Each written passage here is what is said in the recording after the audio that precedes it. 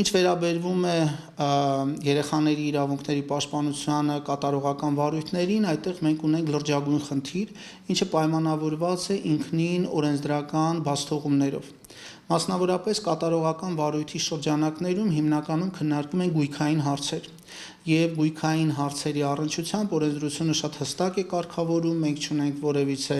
բացեր, հիմնական լուծումները տրված են, բայց երբ որ խոսքը գնում է երեխայի մասին, որը միանշանակ գույքային արժեք չէ, ավելին ինքը փոփոխվող է եւ ինքը ունի հոգեբանական եւ տարիքային առանձնահատկություններով պայմանավորված բարդություններ կատարման համատեքստում, մենք ունենք թե մասնագետների խնդիր, թե ընթացակարգերի խնդիր։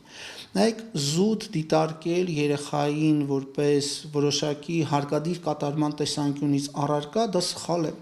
Ինչու, որովհետև անհնարին է աշխատել երեխայի հետ առանց ընտանեկան օրենսգիրքը հաշվի առնելով։ Իսկ ընտանեկան օրենսգրքի առաջին հոդվածը ուղիղ մատնանշում է, որ պետք է առաջնորդվել երեխայի լավագույն շահով եւ պետական եւ տեղական ինքնակառավարման մարմինները իրենց գործողությունների ընթացքում պետք է առաջնայնություն տալ երեխայի լավագույն շահին։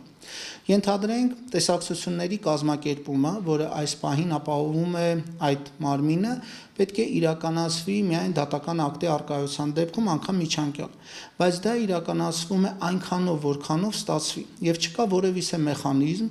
այդ ակտը իրացնելու տեսանկյունից հարկադրանք կիրառելու մասով։ Ավելին ասեմ, եթե հարկադրանք չի կիրառվում այն ծնողի նկատմամբ, ով որ արգելք է հանդիսանում այդ իրավիճակում, մենք ունենք ժամանակի կորուստ, մենք ունենք հոգեբանական կապի խզում երեխայի եւ այն մյուս ծնողի հետ, ինչը միանշանակ բացասական հետևանքների է բերում։ Եթե երեխան ապրում է ծնողներից մեկի հետ, իսկ մյուս ծնողը չունի իրական հնարավորություն երեխային տեսնելու, դա հետս հետ է բերելու է նրան, որ երեխան ինչ-որ մի պահի չէ ցանկանալու այդ ծնողին տեսնել։ Եվ ավելին երեխաները ունեն շատ յուրովի ներաշխար, ինչից ելնելով կարող են նեղանան, անգամ այնպիսի իրավիճակներում, որը որ մեծահասակի համար որևիցե բացասական տարր չի պարունակում։ Եվ օրինակ երեխան կարող է ինչ-որ ժամանակ հետո ասի, ես այլևս չեմ ուզում քեզ տեսնել, որովհետև ինքը նեղացել է, որ ենթադրենք մանկապարտեզի հանդեսին մյուս ծնողը չի եկել, կամ կոնկրետ ինչ-որ մի օր, երբ որ ինքը սպասում էր այդ ծնողին, բայց դա տեսակցության օր չէր, ինքը չի կարողացել տեսնել այդ երեխային եւ երեխայի մոտ ձևավորվում է նման բացասական երևույթ։ Այստեղ շատ կարևորվում է հոգեբանական եւ սոցիալական աշխատանքի իրականացումը, որպեսզի երեխային ճիշտ բացատրվի, թե ինչով է պայմանավորված մյուս ծնողի վարքագիծը։ Ավելին, ժամանակին, երբ որ մինչև 2017 թվականը մենք չունեինք քրեական օրենսգրքում հոդված տեսակցություններին խոչընդոտելու մասով, մենք ունեինք համատարած խոչընդոտումներ, թե մայրերը, թե հայրերը պարբերաբար խոչընդոտում էին, բայց 2017 թվականին դեռ նախկին քրեական օրենսգրքում մենք ունեցանք ավելացված հոդված, որը քրեական պատասխանատվություն է նախատեսում տեսակցություններին խոչընդոտելու համար։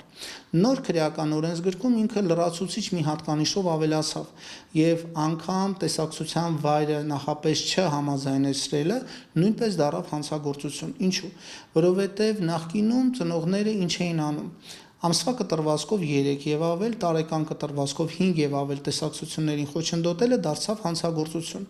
Եվ իրանք անընդհատ փոխում էին երեխայի վայրը, ասելով մենք չենք խոչընդոտում, ուղղակի մենք հիմա գտնվում ենք այսինչ վայրում, արի այսինչ վայրից երեխային տար, բայց դա նախապես պայմանավորված չէր։ Դրա համար նոր քրեական օրենսգրքում 243 հոդվածը դա էլ քրեականացրեց։ Եվ եթե տարվա կտրվածքով 5 եւ ավել անգամ անձը փոխում է երեխայի գտնվելու վայրը, նախապես չհամաձայնեցնելով մյուս ծնողի հետ դրա մասին, դա նույնպես դառավ հանցագործություն։ Հիմա դրանից ելնելով այդ մեթոդն էլ այլևս չի կիրառվում եւ գնում է մեղմ հոգեբանական ազդեցությունը երեխայի վրա։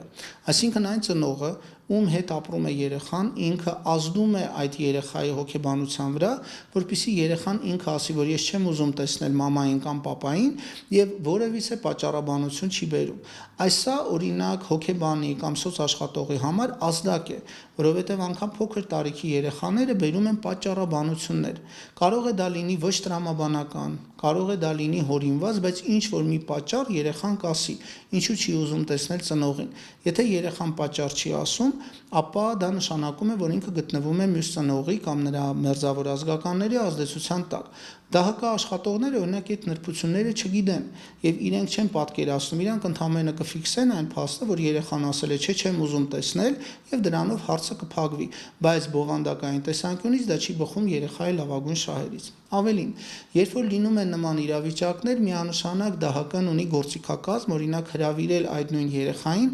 տեսակցությունների տնակ եւ տեսակցությունների տնակում կազմակերպել երեխայի եւ մյուս ծնողի տեսակցությունները։ Չգիտես ինչու պրակտիկայում նրանք միշտ հղում են կատարում այն փաստի վրա, որ պարտադիր այն մյուս ծնողը պետք է տա համաձայնություն դրա վերաբերյալ։ Բայց եթե օրինակ դատական ակտում նշված է, որ տեսակցությունները պետք է լինեն չեզոք վայրում կամ այն մյուս ծնողի բացակայությամբ, նշանակում է այն մյուս ծնողը, ով չի ապրում երեխայի հետ, ինքն է որոշում, որտեղ տեսակցել այդ երեխային, ինչ պայմաններում, ովքեր կարող են ներկա գտնվել եւ բնակվող ծնողը չի կարող որևիցե ձևով արգելք հանդիսանալ։ Եթե այդ նույն ծնողը բերում է տեխնիկական պատճառներ, օրինակ նույն այդ տեսակցությունների սենյակը գտնվում է կոնկրետ վարչական